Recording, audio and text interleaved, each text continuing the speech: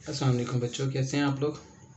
जी बेटा, तो आज हम अपना यूनिट नंबर 7 स्टार्ट करने लगे हैं। चैप्टर का नाम है कोऑर्डिनेट ज्योमेट्री।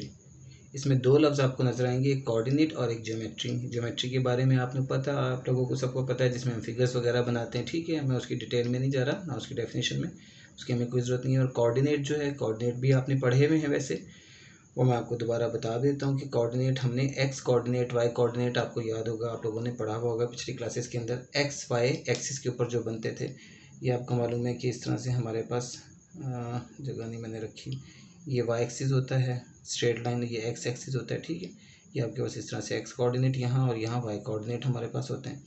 इसको हम डिनोट करते हैं नॉर्मली यूँ पी एक्स वाई, जैसे पी एक्स वाई, ये एक्स कोऑर्डिनेट, ये आपका एक्स कोऑर्डिनेट होता था और ये आपका वाई कोऑर्डिनेट होता था। ठीक है, इसको हम एब्सिसा भी कहते हैं, abscissa, A B S C I double S A, abscissa. और इसे हम कहते हैं ऑर्डिनेट, ऑर्डिनेट भी।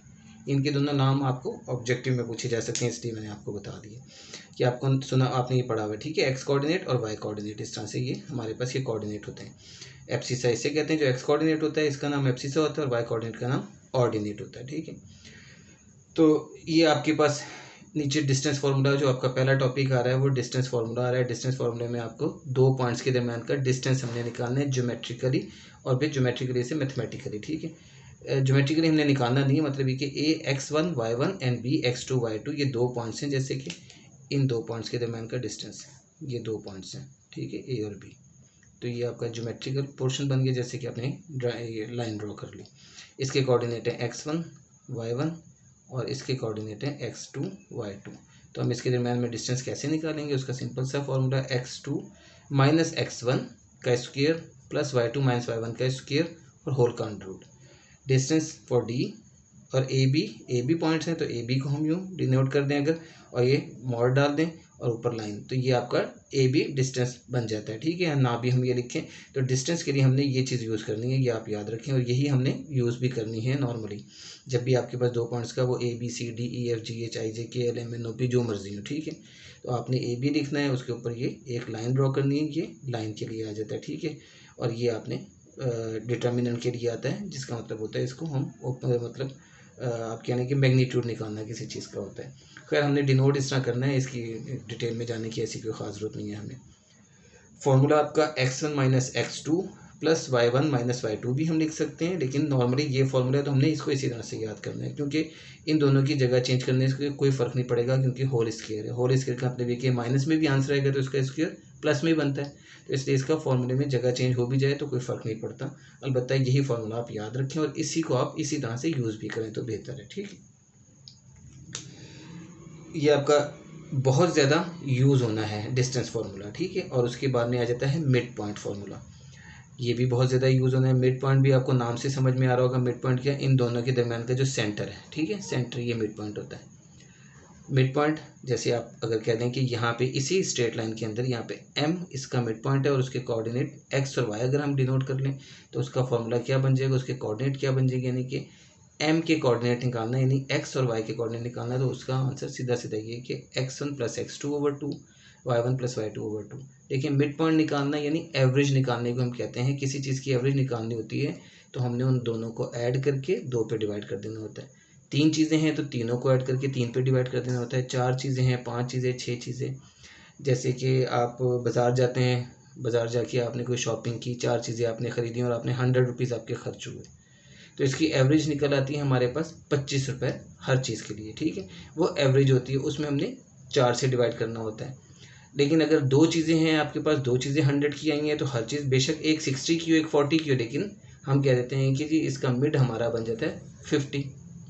ठीक है, तो ये मिड पॉइंट सिर्फ दो चीज़ों के लिए आता है, मिड पॉइंट में तीन या चार चीज़ें नहीं होती हैं, इसलिए ये एवरेज से हटकर होता है, लेकिन हम इसे एवरेज कह सकते हैं। तो मिड पॉइंट सिंपल सी बात हुई जो आपको बता दी, ये मिड है। सेंटर, जब किसी चीज़ का हमने सेंटर निकालना होता है तो हमने क्या करना होता है, उन दोनों चीज़ों को यानी इन दोनों को ऐड किया और दो पे डिवाइड कर दिया तो एक्स कोऑर्डिनेट इसका बन जाएगा, और इन दोनों को ऐड किया और दो पे डिवाइड कर दिया तो वाई कोऑर्डिनेट आ जाएगा, क्योंकि मिड पॉइंट भी हमने एक्स और वाई कोऑर्डिनेट की सूरत में है, यानी एक्स और वाई कोऑर्डिनेट की सूरत में, तो हमने एक्स और वाई कोऑर्डिनेट की सूरत में उसका आंसर भी निकालना है। तो ये हमारे पास फॉर्मूला उसका बन जाएगा, एक्स के कोऑर्डिनेट दोनों यानी ए और बी पॉइंट के जो एक्स कोऑर्डिनेट थे वो दोनों ऐड करके दो पे डिवाइड, और जो y कोऑर्डिनेट है उन दोनों को ऐड करके 2 पे डिवाइड करेंगे तो हमें मिड पॉइंट के x और y कोऑर्डिनेट मिल जाएंगे। ठीक है, सिंपल सा फॉर्मूला है, कोई इसमें मुश्किल चीज़ नहीं है।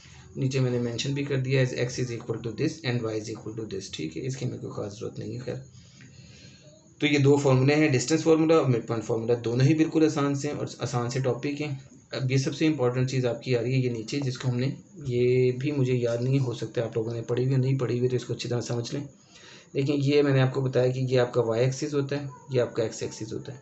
इसको हम मज़ीद इधर फर्दर कर देते हैं, इसको भी हम नीचे फर्दर ले जाते हैं, तो ये x और ये x बार के तौर पे हम यूज़ कर लेते हैं, इसको y, इसको y बार कह देते हैं। इसमें क्या होता है, x के तमाम कोऑर्डिनेट यहाँ पे पॉजिटिव वाले आते हैं और यहाँ पे सारे नेगेटिव वाले आते हैं। ये आपका जो होता है इसको हम कहते हैं ओरिजिन, ये आपका ओरिजिन है। ठीक है, ओ से हम डिनोट करते हैं, लिखने की कोई ज़रूरत नहीं थी लेकिन मैंने आपको बताने के लिए लिखा है, ओ से इसे डिनोट करते हैं, ओरिजिन कहलाता है। अब इस ओरिजिन से अगर आप राइट हैंड पे जाएंगे तो एक्स के तमाम पॉजिटिव नंबर्स लिखे जाते हैं और यहाँ पे नेगेटिव नंबर लिखे जाते हैं। ये हमने पीछे क्लासेस में पढ़ा हुआ है कि जैसे आपने नंबर लाइन पे डिनोट करना हो तो सेंटर में 0 होता था, इसके आगे 1 2 3 4 5 6 इस तरह से, पीछे -1 -2 -3 -4, इस तरह से ऊपर 1 2 3 4 5, नीचे -1 -2 -3 -4 -5 यूँ हम लिखते थे। ठीक है, तो बताने का मकसद सिर्फ ये है कि इसमें हमने इसको सेपरेट करना है ज़रा। ये आपको एक प्लस का निशान सा बना हुआ नज़र आ रहा है। ठीक है, इसमें 4 पोर्शन बन जाते हैं, 1 2 3 4।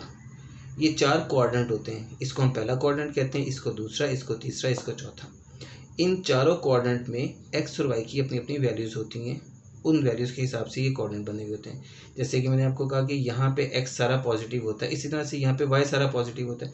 तो ये वाला जो हिस्सा है, यानी ये कोऑर्डिनेट, ये वाला एरिया, इसके अंदर आपका एक्स भी पॉजिटिव और वाई भी पॉजिटिव। ठीक है, आसान सी बात है, थोड़ा सा बस टेक्निकल चीज़ है जिसको हमने समझना है। तो फर्स्ट कोऑर्डिनेट है जिसमें एक्स और वाई दोनों पॉजिटिव होते हैं। अब हम सेकंड कोऑर्डिनेट में जब आते हैं तो देखें आप, एक्स वाला नेगेटिव पोर्शन आ रहा है इसमें, ये वाला नेगेटिव पोर्शन आ गया एक्स का, और वाई अभी पॉजिटिव ही है क्योंकि हम ऊपर ही हैं, अभी इसी हाफ प्लेन के अंदर हैं हम। ठीक है, तो यहाँ पे आप देखें कि यहाँ पे आपके पास वाई पॉजिटिव ही रहे, तो एक्स नेगेटिव हो जाएगा, वाई पॉजिटिव हो जाएगा। तो सेकंड कोऑर्डिनेट में हमारे पास ऑप्शन ये आ जाती है, एक्स के कोऑर्डिनेट यानी कि जो नेगेटिव है, अगर एक्स नेगेटिव है और वाई पॉजिटिव है तो इसका मतलब है वो सेकंड कोऑर्डिनेट में लाई करता है। सेम इसी तरह से हम थर्ड कोऑर्डिनेट में आते हैं। थर्ड कोऑर्डिनेट देखें, ये वाला पोर्शन बन जाता है, ये और ये। ठीक है, यानी कि ये वाला एरिया। तो अब इसके अंदर आपके पास ऑटोमेटिकली नजर आएगा, यहाँ भी एक्स नेगेटिव है और वाई भी नेगेटिव है, तो एक्स और वाई दोनों नेगेटिव होते हैं थर्ड कोऑर्डिनेट में। जैसे फर्स्ट में दोनों पॉजिटिव होते हैं, थर्ड में इसके ऑपोजिट। ठीक है, इसी तरह से सेकंड में एक्स नेगेटिव वाई पॉजिटिव है, तो फोर्थ में देखें एक्स पॉजिटिव वाई नेगेटिव बनेगा। कैसे, ये वाला पोर्शन बनता है आपका फोर्थ क्वाड्रेंट, ये वाला पोर्शन। ठीक है, यहाँ पे एक्स की सारी वैल्यूज पॉजिटिव होती हैं और वाई चूँकि नीचे आ रहा है तो वाई नेगेटिव है, तो इसका मतलब है एक्स पॉजिटिव और वाई नेगेटिव आ रहा है, तो ये फोर्थ क्वाड्रेंट आपका। ठीक है, इसको आपने समझ के इसी तरह याद रखना है। नहीं, अगर समझ में भी नहीं भी आता तो ऐसी वो कोई ख़ास मुश्किल, कोई मुश्किल नहीं कहेंगे क्या, कि ख़ास ऐसी जो ना, आप क्या लफ्ज़ यूज़ करूँ, परेशानी की बात नहीं है। ठीक है, आपने इसको इस तरह से याद कर लेना है। देखें फर्स्ट और थर्ड क्वाड्रेंट की लॉजिक, कि फर्स्ट में दोनों पॉजिटिव, थर्ड में दोनों नेगेटिव।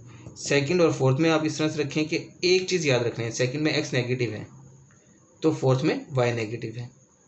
सिंपल सी बात है, यहाँ अगर एक्स नेगेटिव है तो ज़ाहिर है वाई पॉजिटिव है, और यहाँ मैं कह रहा हूँ वाई नेगेटिव है तो इसका मतलब एक्स पॉजिटिव है। तो इस तरह से आप इनको याद रख सकते हैं, और ये ज़रूरी है याद रखना क्योंकि हमारा पहला क्वेश्चन भी 7.1 का इसी से रिलेटेड है, और आगे भी हमें इसे यूज़ करना पड़ेगा कुछ जगहों पे, हमें इसकी लेकिन सेंस होनी चाहिए, ये एक इंपॉर्टेंट चीज़ है। ठीक है, इसके अलावा इसमें भी 7.1 में और कोई खास चीज़ें नहीं है, बस ये डिस्टेंस और मिड पॉइंट फार्मूला, ये आपने अच्छी तरह से याद रखना है क्योंकि ये पूरे चैप्टर में आपके पास चलता जाएगा ऐसे ही। अब हम आ जाते हैं अपनी एक्सरसाइज के ऊपर। अच्छा जी, एक्सरसाइज में पहला क्वेश्चन ही आपका ये कि describe the location in the plane. अब x ग्रेटर देन 0 लिखा हुआ है, पहला क्वेश्चन। हमने लोकेशन बतानी है इसकी प्लेन में। प्लेन क्या था, यही जो मैंने आपको अभी दिखाया है, ये आपका प्लेन है, एक्स वाई प्लेन। ठीक है, ये आपका एक्स वाई प्लेन कहलाता है। इस प्लेन के हिसाब से, यानी ये जो मैंने आपको बताए थे नेगेटिव पॉजिटिव, इस हिसाब से हमने ये पोजीशन इसकी बतानी है कि ये कहाँ कहाँ लाई कर रहे हैं। Describe the location in the plane, यानी कि प्लेन में ये इनकी लोकेशन क्या है, ये कहाँ पे मौजूद हैं, कहाँ पे लाई कर रहे हैं, कहाँ पे हैं। ठीक है, अब x ग्रेटर देन 0 लिखा हुआ है। ग्रेटर देन 0 का मतलब पहले हमें पता होना चाहिए। ग्रेटर देन 0 का मतलब होता है 0.1 0.2 0.3 1 2 3 4 5 6 7 8 9 10 सो सारे पॉजिटिव नंबर्स ग्रेटर देन 0 का मतलब है। अगर लेस देन 0 होता है तो 0 से छोटे माइनस में आ जाते हैं नंबर। तो ये इसका मतलब है कि x ग्रेटर देन 0 यानी पॉजिटिव नंबर कह रहा है। तो पॉजिटिव नंबर आपके पास कहाँ कहाँ है, x कहाँ कहाँ पॉजिटिव है, देखिए यहाँ पे x इस क्वाड्रेंट में भी पॉजिटिव है और इस क्वाड्रेंट में भी पॉजिटिव है, ठीक है। इन दोनों में आपको नजर आ रहा है नेगेटिव है। तो ये वाला पोर्शन जो है, ये वाला पूरा, ये आपका x ग्रेटर देन 0 वाला है, यानी राइट साइड पे, राइट साइड है आपकी, राइट साइड पे हाफ प्लेन, ये हाफ प्लेन, ये पूरा एक प्लेन बन जाता है जैसे ये और ये पूरा, ठीक है ना, ये आपका प्लेन है। तो ये राइट साइड वाला जो हाफ प्लेन है ये आपका x पॉजिटिव वाला है, तो इसलिए इसका आंसर हमने देना है राइट हाफ प्लेन, ठीक है, राइट हाफ प्लेन आ गया। आगे कहता है x greater than 0, y greater than 0। अब x और y दोनों ग्रेटर देन 0 कह रहे हैं, तो यहाँ इसका मतलब है फर्स्ट क्वाड्रेंट है ये। क्यों, देखिए पहले मैंने कहा right half plane, right half plane में x तो पॉजिटिव है लेकिन y तो नेगेटिव है ना, तो हमने उधर उससे ने हमसे सिर्फ x की कंडीशन बताई थी कि x ग्रेटर देन 0 यानी x पॉजिटिव, तो x पॉजिटिव दोनों में था, तो इसलिए मैंने पूरा कहा राइट हाफ प्लेन। लेकिन अगले क्वेश्चन में वो कहता है x भी ग्रेटर देन है और y भी ग्रेटर देन है, तो यहाँ तो y लेस देन है, तो इसका मतलब है x और y दोनों पॉजिटिव हैं, तो फर्स्ट क्वाड्रेंट के अंदर है वो, तो इसलिए इसका आंसर फर्स्ट क्वाड्रेंट आ जाएगा, ठीक है। इस तरह से हमने इसके आंसर्स देते जाने हैं, आसान सा क्वेश्चन है, ठीक है, तो आप इसके आंसर देते जाएंगे ऐसे। अच्छा जी, आगे थर्ड है x is equal to 0। x is equal to 0 का मतलब होता है y एक्सिस और y इज इक्वल टू 0 का मतलब होता है x एक्सिस के ऊपर लाई करता है।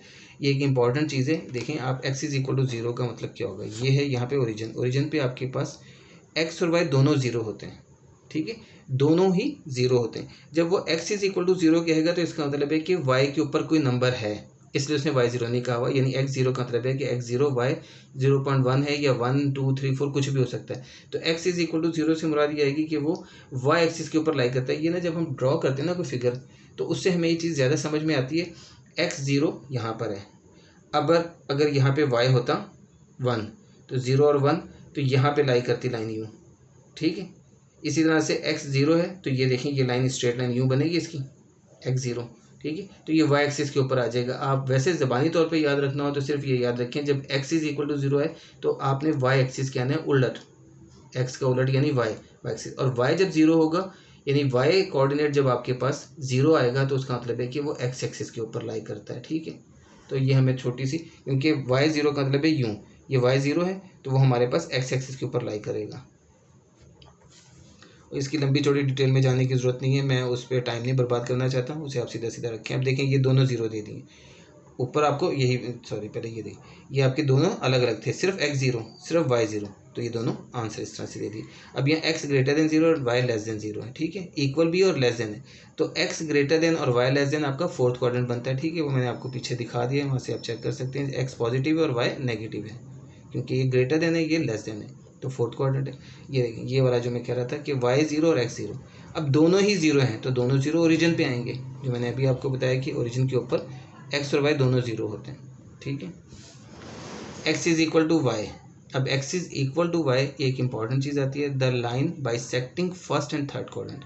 x is equal to Y वाली बात आएगी बाइसेक्टिंग फर्स्ट एंड थर्ड, ये वाला फर्स्ट एंड थर्ड यूँ, तो ये जो आपकी बिल्कुल ये वाली लाइन जो है ना प्लेन जो बने इंक्लिनेशन प्लेन जो बनेगा x is equal to Y के ऊपर आपका ये वाला बनेगा, फर्स्ट एंड थर्ड क्वाड्रेंट को बाइसेक्ट करता है वो, फर्स्ट और थर्ड क्वाड्रेंट को बाइसेक्ट करने यानी कि यूँ सीधा ये बाइसेक्ट कर दिया फर्स्ट क्वाड्रेंट को उसने हाफ, और इसी तरह इसको हाफ, ठीक है।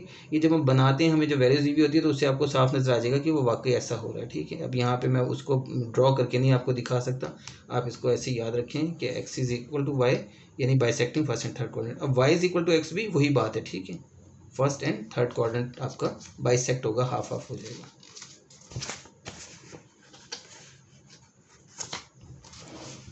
अच्छा जी,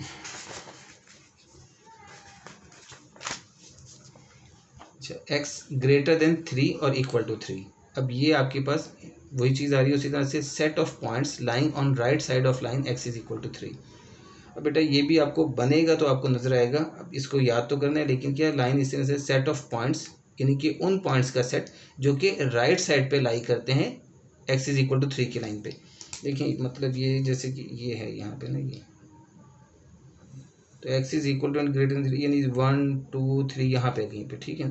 तो 3 और 3 से बड़े यानी कि ये पॉइंट, और 3 से बड़े ये 4 5 6 7 ये सारे पॉइंट इसके अंदर आते हैं, ठीक है। तो ये सारे सेट ऑफ पॉइंट्स बना कौन सा, राइट साइड वाला बना, ये राइट साइड पे, ठीक है ना, राइट साइड पे सारे बन रहे हैं क्योंकि x पॉजिटिव है, ग्रेटर देन 3 उसने कहा हुआ है और इक्वल टू भी, तो 3 भी और उससे बड़े भी, तो इसलिए कहा जा रहा है set of points lying on the right side of the line, line के राइट साइड पे x इज इक्वल टू 3 करके कह दिया कि यानी 3 यहाँ पे ये 3 आ गया और 3 से आगे वाले सारे आ गए उसके अंदर, तो सेट ऑफ पॉइंट्स सारे points lying on the right side of line x is equal to 3। y greater than 0, वैसे ही जैसे कि x ग्रेटर देन 0 था, तो ये हाफ प्लेन आएगा above x axis. y greater than 0 ऊपर वाली साइड पे होता है, y यानी पॉजिटिव, ठीक है, बार बार दिखाना पड़ेगा मुझे फिगर। ये देखिए y है, मैंने आपको बताया था कि यहाँ पे ये y पॉजिटिव है ऊपर, तो ऊपर ये पूरे पोर्शन में, ठीक है। इसे देखें यहाँ भी y पॉजिटिव, यहाँ भी y पॉजिटिव, जैसे यहाँ पे x दोनों में पॉजिटिव था राइट साइड पे, तो y अबव साइड पे ऊपर की तरफ पॉजिटिव है, ठीक है। तो y ग्रेटर देन 0 का मतलब ये आ जाएगा कि आपका हाफ प्लेन है above x axis, x axis के ऊपर जो आपकी x एक्सिस की जो लाइन लगी हुई है इसके ऊपर वाला सारा पोर्शन वो आपका y ग्रेटर देन 0 में आ जाएगा। अब वो 10th में कह रहा है x and y have opposite science. अब x और y ऑपोजिट साइंस आपके पास बिल्कुल कॉमन सी चीज़, वही आपने ये प्लेन जो मैंने आपको बताया इसको आपने अच्छी तरह समझना है। तो x and y opposite sign, यहाँ भी x और y ऑपोजिट साइंस है, यहाँ भी x और y ऑपोजिट साइंस है, इन दोनों में ऐसा नहीं है, इन दोनों में x और y का दोनों का सेम साइन है, यहाँ भी x और y दोनों का सेम साइन है। देखिए उसने ऑपोजिट साइन का, उसने नेगेटिव पॉजिटिव नहीं कहा हुआ है कि आप ये कह दें कि यहाँ पॉजिटिव है यहाँ नेगेटिव है तो ऑपोजिट, ऑपोजिट नहीं है, दोनों x और y दोनों सेम है ना, दोनों ही नेगेटिव है, x और y दोनों सेम है, दोनों पॉजिटिव है। यहाँ x और y दोनों ऑपोजिट हैं, x नेगेटिव है तो y पॉजिटिव है, x पॉजिटिव है तो y नेगेटिव है, तो वो जो लाइन आंसर आएगा उसका आएगा सेकंड एंड फोर्थ क्वाड्रेंट, ठीक है, दोनों क्वाड्रेंट के अंदर लाई कर रहा है, दोनों क्वाड्रेंट का आंसर है, बस ये इसका आंसर ही आ जाएगा सेकंड एंड फोर्थ क्वाड्रेंट, ठीक है। तो ये इस तरह से क्वेश्चन हैं, आप वो प्लेन को लाजमी याद रखें, उसके हिसाब से हम ये क्वेश्चंस कर लेंगे, ठीक है।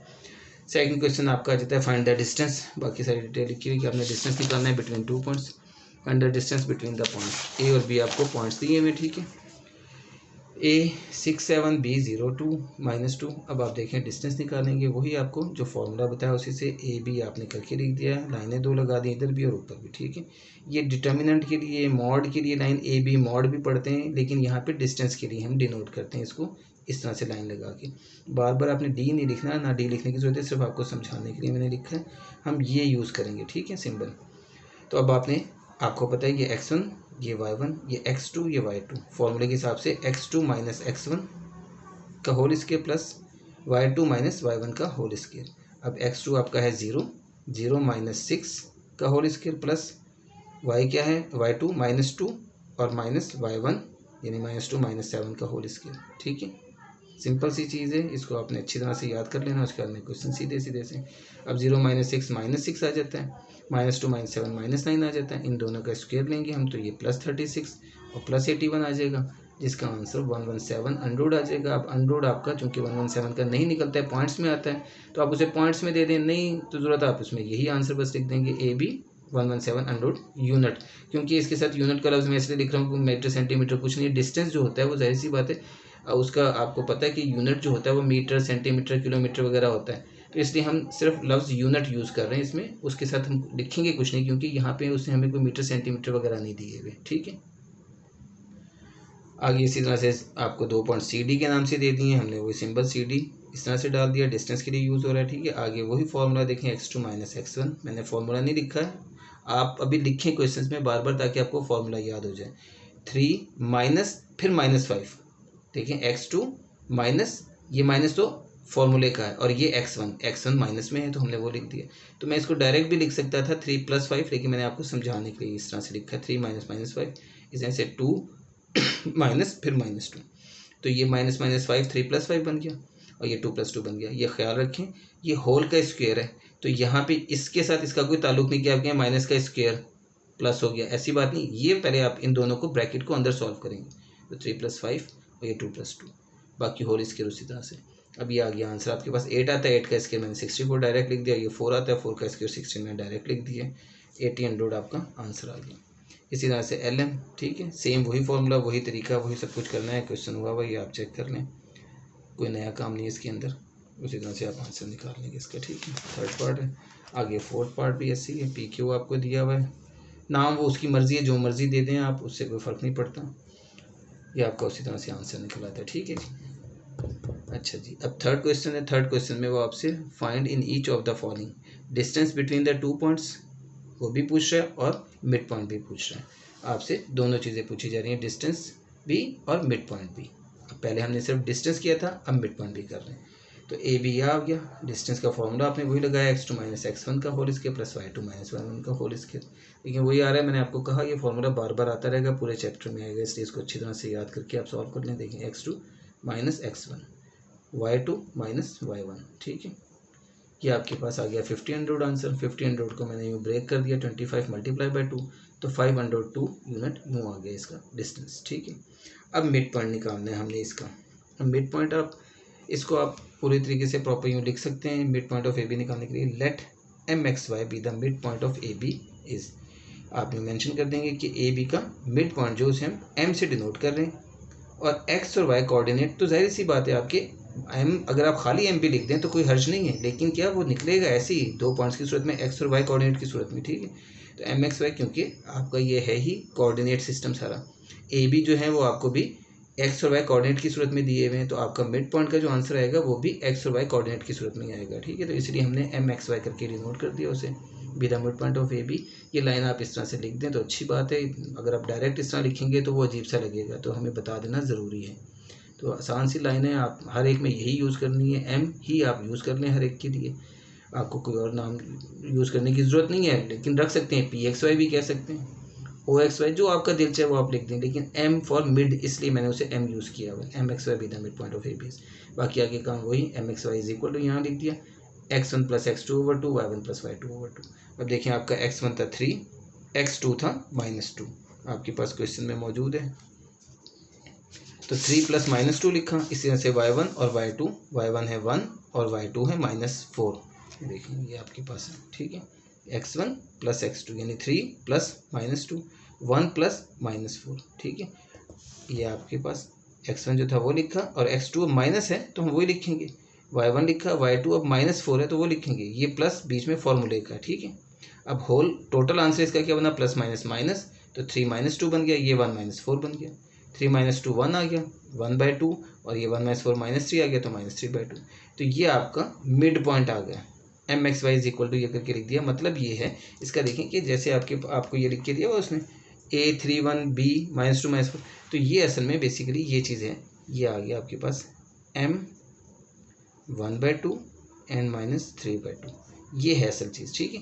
तो ये एक्स वाई से मुराद ये कि देखें ये एक्स का आंसर है, ये वाई का आंसर है, समझ में आ रही बात, ये एक्स का आंसर है और ये वाई का आंसर है, तो इसलिए M 1/2 और -3/2, तो ये मिड पॉइंट के कोऑर्डिनेट आ गए आपके। हम मेंशन इस तरह से कर देते हैं, यही आप कर दें इसी तरह से, कोई और करने की ज़रूरत नहीं है, ये सिर्फ बताना है आपको, समझाने के लिए लिखा है।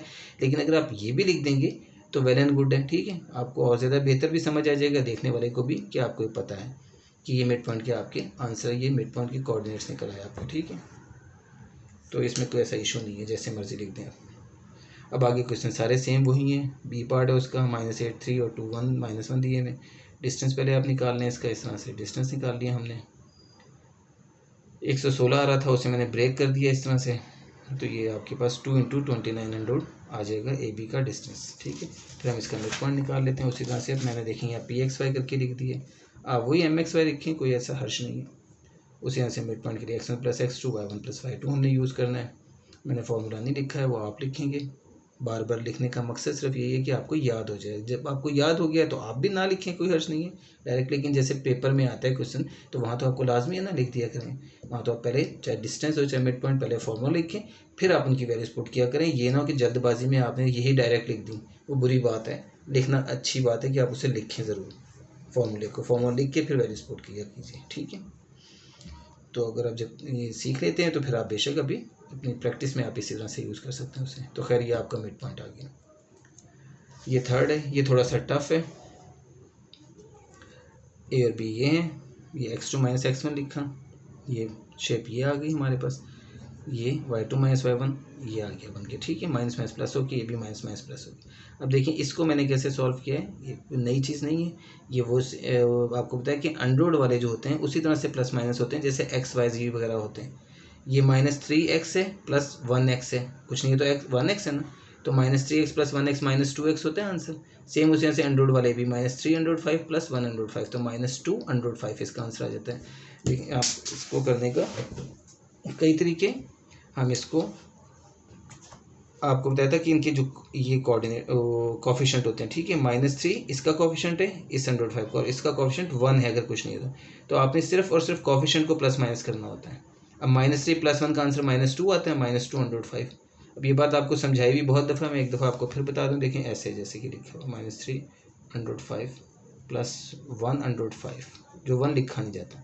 अब इसको करने का एक तरीका, जैसे 105 आपको नज़र आ रहा है कॉमन है, ये कॉमन में आ गया, तो यहाँ से -3 बचा, यहाँ से +1 बचा, ठीक है, तो ये आ गया -2, तो ये 105 × -2 आ गया। ये मल्टीप्लाई नहीं कर देना कि 10 बना दें आप, क्योंकि ये अंडर रूट है, ये बगैर अंडर रूट के, तो इसका आंसर यूँ आ जाता है सीधा सीधा सा -2√5, ठीक है। सेम जैसे -3x + 1x लिखा हुआ है, ये आपको नज़र आ रहा है कि आप इसको तो बहुत आसानी से कर लेते हैं, -3x + 1x आप डायरेक्ट कह देते हैं -2x। रीज़न क्या है, वही है -3 + 1, यानी आपने सिर्फ इनके कोफिशिएंट्स आपने प्लस माइनस करने होते हैं। लेकिन एक्चुअल ये चीज़ होती है, इसकी वजह ये होती है, यहाँ भी आप देखें x कॉमन लूँगा तो ये -3 + 1 आएगा, -3 + 1 वही -2 आ रहा है, तो ये चीज़ -2 × x -2x बन जाती है, ठीक है। तो इसी तरह से आपने अंडर वाली को भी प्लस माइनस करना होता है, तो इसलिए यहाँ पे -2√5 ये आंसर आ गया इसका। और इसका आप एलसीएम लेंगे, 1/3 है और 5 है, तो 3 एलसीएम में आ जाएगा, 3 5 ज़र 15 हो जाएगा, क्रॉस मल्टीप्लाई कर दिया 15, यहाँ 1 है तो 1 1 ज़र 1 ही रहेगा, 15 + 1 16/3 आ जाएगा ये। अब इसको आप स्क्वायर को खोलेंगे तो ये -2 का स्क्वायर 4 आ जाएगा और √5 का स्क्वायर 5 आ जाएगा। आपको पता है कि ब्रैकेट में मौजूद तमाम वैल्यूज जो होती हैं वो सब की पावर ये होती है, जो भी है पावर। अब यहाँ 2 है तो इसकी भी पावर है, इसकी भी पावर है और माइनस की भी पावर है। असल में माइनस का स्क्वायर प्लस आया, ये सारी बातें आपको पहले बताई हुई सीखी हुई आपने कि जब भी माइनस वाली वैल्यू की पावर इवन नंबर में होगी तो उसका आंसर प्लस में आता है। तो ये -2 का स्क्वायर +4 आ जाएगा और ये √5 का आंसर 5 आ जाएगा, ये 20 बन जाएगा। यहाँ पे 16/3 का स्क्वायर आ रहा है, देखो 16 का स्क्वायर 256 आ जाएगा, ओवर 3 का स्क्वायर 9 आ जाएगा। अब इन दोनों का भी हम इन दोनों को प्लस करना है अब हमने, ठीक है, क्योंकि ये दोनों सॉल्व हो चुकी हैं। अब इन दोनों को भी एलसीएम लेके करेंगे, अब इन दोनों का एलसीएम 9 आ जाएगा। अब क्रॉस मल्टीप्लाई 9 इससे मल्टीप्लाई हो जाएगा 180 आ जाएगा, और इसके नीचे आपको बताया 1 है तो 1 इससे मल्टीप्लाई होकर 256 ही रहेगा। इन दोनों को अब ऐड कर लें, ऐड करके आपके पास ये आ जाएगा 436/9। 436 का आंसर ये आता है, 4 × 109/9। तो 4/9 का अंडर आपके पास 2/3 बन जाएगा और 109 अंडर के अंदर ही रहेगा, ठीक है। सारी बातें वही हैं, ये मतलब आप अंडर में है वैल्यूज तो इसको अलग इसको अलग इसको अलग लिख सकते हैं हम तीनों को, इसका भी अंडर निकल आएगा, इसका भी अंडर निकल आएगा, तो 2 और 3 अंडर निकल आते हैं, वो हमने लिख दिया, और 109 अंडर के अंदर ही है वो हमने वैसे लिख दिया, ठीक है। यह इसका आंसर आ गया। आगे इसका मिड पॉइंट निकालना है, अब मैंने इसको CXY करके कह दिया। फिर आपको बार बार कह रहा हूँ, आपने यहाँ पे M ही यूज़ कर लें, P ही यूज़ कर लें, सब में C ही सब में यूज़ कर लें, नो प्रॉब्लम, जैसे मर्जी कर लें। तो खैर CXY = ये x1 + x2/2 y1 + y2/2 वाली बात, ये आपके पास वही लॉजिक, यहाँ -1 है ये -3 है, तो -1 -3 -4 आ जाएगा, -4 √5/2 और -1 + 15/2 बन जाता है, ये इसका एलसीएम, ठीक है ना। एलसीएम लेके किया, ये देखिए मैं इसको आप लोगों ने की भी है बेटा ये चीज़ें, -1/3 + 5 है, तो आपने उसी तरह से देखें इसका 3 एलसीएम में आएगा, तो -1 + 15 बन जाएगा, क्रॉस मल्टीप्लाई 3 5 से 15, तो -1 + 15, ये तो ऊपर वाली चीज़ यही आएगी ना, ठीक है। एलसीएम लेने के बाद -1 + 15, नीचे ये जो इसका जो एलसीएम वाला 3 आ रहा था, वो 3 जो है वो इसके साथ ही आ जाता है नीचे वाली वैल्यू के साथ, तो 2 × 3 यहाँ पे आ जाएगा, तो -1 + 15 14 आ जाएगा, 14/6 बन जाएगा। ये वो मैं आपको इसलिए नहीं बता रहा कि ये हमने पहले की भी है, बहुत दफ़ा चीज़ें समझाई हुई हैं, ठीक है, इसलिए दोबारा से समझा नहीं रहा, डायरेक्ट उसका आंसर लिख रहा हूँ। तो ये -2/5 आ गया, और ये 14/6 का आंसर 2 7 ज़र 14 2 3 ज़र 6 7/3 आ गया, ठीक है। इस तरह से ये आंसर निकल आता है, तो ये इसका मिड पॉइंट आ गया। अब आपको बता दूं या गुजारा हो रहा है, चलिए मैं आपको ये चीज़ समझा देता हूँ दोबारा, वैसे कई दफ़ा की हुई हमने। देखिए ये इस तरह से है, इधर देखते हैं, देखिए ये लिखा हुआ है -1/3 + 5, ठीक है, ओवर में 2 लिखा हुआ है यहाँ पे। ये आपने इसका सिर्फ एलसीएम लेना है, इसका एलसीएम, इसका जब हम एलसीएम लेते हैं 3 और इसके नीचे आपको पता है 1 है जब कुछ नहीं है, तो तो 3 आ गया एलसीएम। अब क्रॉस मल्टीप्लाई वाली बात, 1 1 ज़र 1 तो -1 आ गया, प्लस 3 5 ज़र 15 15 आ गया। अब ये क्रॉस मल्टीप्लाई भी हमेशा नहीं होता, मैंने आपको बताया हुआ है इसका असल तरीका भी कि हम कैसे करते हैं। टेबल पढ़ के कि 3 का टेबल पढ़ा हमने 3 तक, तो 3 1 ज़र होता है तो 1 1 ज़र 1 आ गया। इसी से 1 3 ज़र 3 होता है तो 3 5 ज़र 15 आ गया। ये लॉजिक होती है असल में। क्रॉस मल्टीप्लाई यहाँ पे हम इसलिए कर रहे हैं क्योंकि दोनों डिनोमिनेटर में जो वैल्यूज हैं अलग अलग हैं। तो यहाँ तक तो ये आ गया एलसीएम आपका। अब ये आपका डिवाइडेड बाय 2 जो है ये है, ये डिवाइडेड बाय 2 है, ठीक है। इन सब के नीचे था वही मैंने उन सब के नीचे लिख दिया, ये ऊपर सिर्फ मैंने एलसीएम ले लिया। अब ये आ गया 14/3, 14/3, ठीक है, 14/3। और ये डिवाइडेड बाय है ना, डिवाइडेड बाय 2, तो डिवाइडेड बाय लफ्ज़ में बार बार बोल रहा हूँ डिवाइडेड बाय, तो ये डिवाइडेड बाय 2 ये चीज़ बनती है, डिवाइडेड बाय 2 हम यूँ लिखते हैं। अब डिवाइड को जब मल्टीप्लाई में चेंज करेंगे तो इसका मतलब है ये मल्टीप्लाई में 1/2 बन जाएगा, क्योंकि ये 2/1 है तो 1 ऊपर 2 नीचे आ जाएगा। तो देखें 14/6 ही आ रहा है ये। तो हमने ये याद रखना है बेटा कि जब भी इस तरह की कंडीशन हो ना, ये शेप हो, तो इसका मतलब है ये जो नीचे है वैल्यू एलसीएम जो दिया हुआ है ये इसके पास ही आ जाता है। तो हम इसको डायरेक्ट ऐसे लिख सकते हैं, इसलिए मैंने यहाँ पे इसको डायरेक्ट यूँ लिखा हुआ है, ठीक है, 3 को 2 के साथ। तो ये वजह है इसके करने की। अच्छा जी, तो ये आपका सी पार्ट हो जाता है और ये क्वेश्चन नंबर 3 आपका ख़त्म हो जाता है, ठीक है। उसके बाद में हम क्वेश्चन नंबर बस 4 देखते हैं आज के लिए। क्वेश्चन नंबर 4 में वो कहता है कि which of the following points, अच्छा ये है क्वेश्चन, ऐसे देखें, वो कहता है which of the following points are at a distance of 15 units from the origin. अब देखिए सिर्फ क्वेश्चन समझना है, बिल्कुल आसान सा क्वेश्चन है और ये इस चैप्टर में पूरे में आपको इसी चीज़ की कह रहे हैं कि फिक्र करनी है कि आपको सारे क्वेश्चन जो है प्रॉब्लम की सूरत में यानी थ्योरेटिकल लिखे हुए क्वेश्चन, ठीक है। आपने सिर्फ और सिर्फ क्वेश्चन समझना है। अगर आपने क्वेश्चन को समझ लिया तो फिर उसका आंसर निकालना मुश्किल नहीं है, वही यूज़ होने आपके distance formula, mid point formula और आगे 2-4 चीज़ें और आ जाएंगी, ठीक है। तो आपको पहले इस चीज़ को समझना है, अगर आपको समझ आ जाएगी तो फिर क्वेश्चन सिंपल सा है।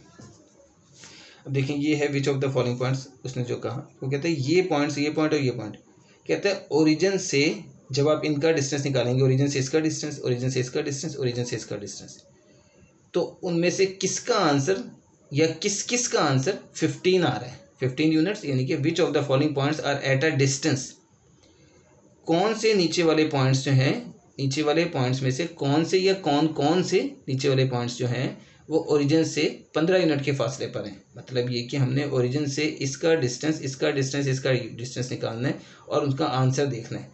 इनमें से किसका आंसर जो है वो 15 यूनिट के बराबर आ रहा है, इसका आ रहा है, इसका आ रहा है, या इसका आ रहा है, या इसका और इसका आ रहा है, इसका और इसका आ रहा है, या इसका और इसका आ रहा है, या इन तीनों का आ रहा है, या इन तीनों का नहीं आ रहा है। इसलिए वैसे तो उसने कहा विच ऑफ द फॉलोइंग पॉइंट्स, तो कोई एक पॉइंट होगा, ठीक है। तो असल बात ये हो रही है कि हमने ओरिजिन से लेके इस तक का डिस्टेंस निकालने, ओरिजिन और इसका डिस्टेंस, ओरिजिन से लेके इस तक का डिस्टेंस, ये 3 डिस्टेंस हमने निकालने, लेकिन ओरिजिन से। अब आप देखेंगे तो एक ही पॉइंट दिया हुआ है, तो दूसरा पॉइंट कौन सा, ओरिजिन, इसलिए उसने लिखा हुआ है फ्रॉम द ओरिजिन, इस पॉइंट का ओरिजिन का डिस्टेंस, इस पॉइंट और ओरिजिन का डिस्टेंस, इस पॉइंट और ओरिजिन का डिस्टेंस। तो 2 पॉइंट्स होंगे तो डिस्टेंस निकलेगा ना, तो एक पॉइंट ये है और दूसरा ओरिजिन है, यानी 0 0। ओरिजिन आपको बता दिया एक्स और वाई दोनों कोऑर्डिनेट 0 0 होते हैं, ठीक है। तो अब हम क्वेश्चन शुरू कर लेते हैं। देखें ये आपका फर्स्ट पार्ट है, ये आपको पॉइंट दिया हुआ है।